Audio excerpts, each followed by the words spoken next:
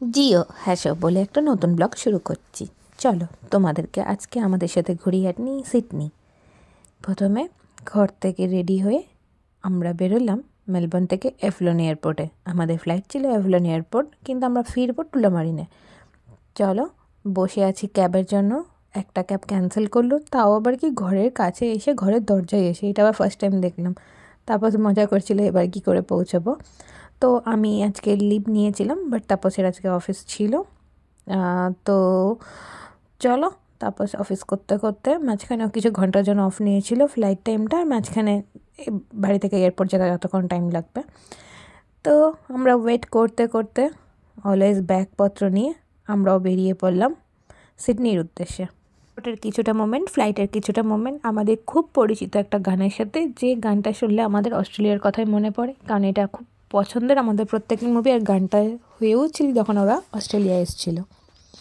চলো দেখে নেওয়া যাক।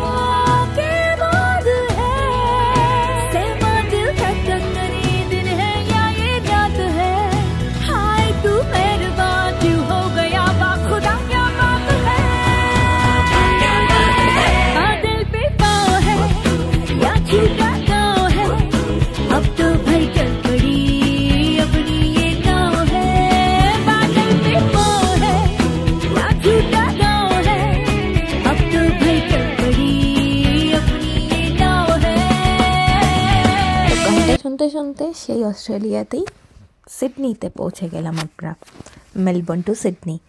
পরের দিন সকাল তোমরা দেখতে পাচ্ছ এখানে ডার্লিং হারবারের যে হারবার সাইডটা, সেখানে আমরা দাঁড়িয়ে আছি। আর তার পাশেই ছিল আমাদের হোটেলটা, IBIS হোটেল নিয়েছিলাম আমরা। হোটেলটা আমরা booking.com দিয়ে বুক করেছিলাম। তো আমাদের যেটা মানে আনএক্সপেক্টেড বা যেটা ছিল বা এক্সপেক্টেড ছিল যেটা হয়নি, সেটা আমরা ভেবেছিলাম যে যেটা দিকে তোমরা এখন দেখলে যে হারবার সাইড, সেই দিকে ভেবেছিলাম আমাদের রুমটা নেব, বাট ওখানে কোনো প্রেফারেন্স দেওয়া ছিল না।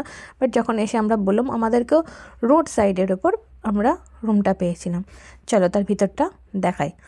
আর ভিতরটা দেখাবার আগে, এটা ছিল হোটেলের একদম মানে মেন রিসেপশন এরিয়া। এটা পরের দিন সকালে দিচ্ছি, আর এটা ছিল আগের দিন রাত্রেবেলা যখন আমরা ফার্স্ট টাইম ঢুকলাম। রুম খুঁজতে খুঁজতে তো হয়রান, প্রচুর বড় হোটেলটা, এবং রুমগুলো খুব ছোট ছোট। বাট অনলাইনে দেখে বুক করার কারণ মানে আমরা লোকেশন দেখে বুক করেছিলাম। রুম খুবই নর্মাল সাইজ ছিল, তবে এই 5 দিনের জন্য ঠিকঠাকই আছে।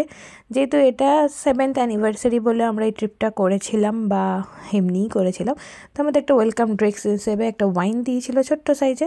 আর যথারীতি বললাম, তাপসের আজকে লিভ ছিল না, কয়েক ঘন্টার জন্য লিভ নিয়েছিল। তো ও এসে অফিস করতে শুরু করেছিল, আর এটা আমাদেরকে অ্যানিভার্সারি গিফটে দিয়েছিল। তো এই ছিল আমাদের ছোট্টখাট্টো 5 দিনের জন্য আস্তানা সিডনিতে। আর এই বেসিক একদম হট কেটলি আর বেসিক সব জিনিস দিয়েছিল।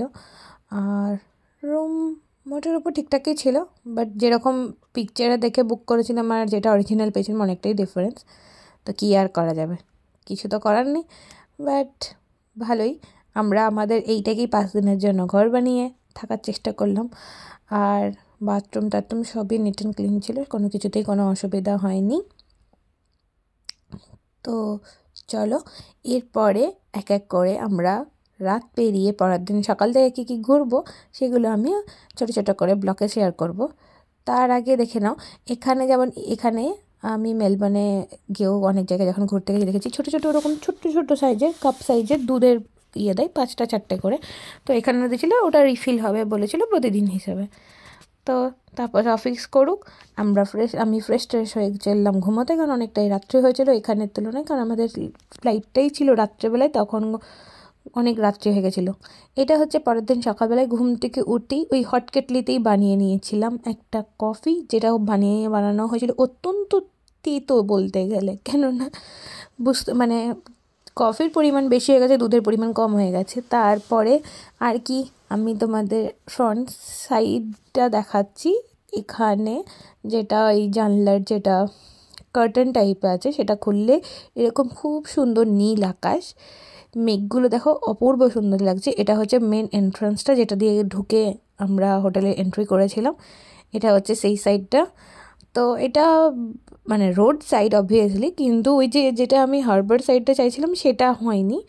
বাট কোনো ব্যাপার নয়, ঘুরবো তো সারাদিন বাইরেই, রাত্রেবেলা যখন আসবো তখন আর কি আর সাইড দেখবো।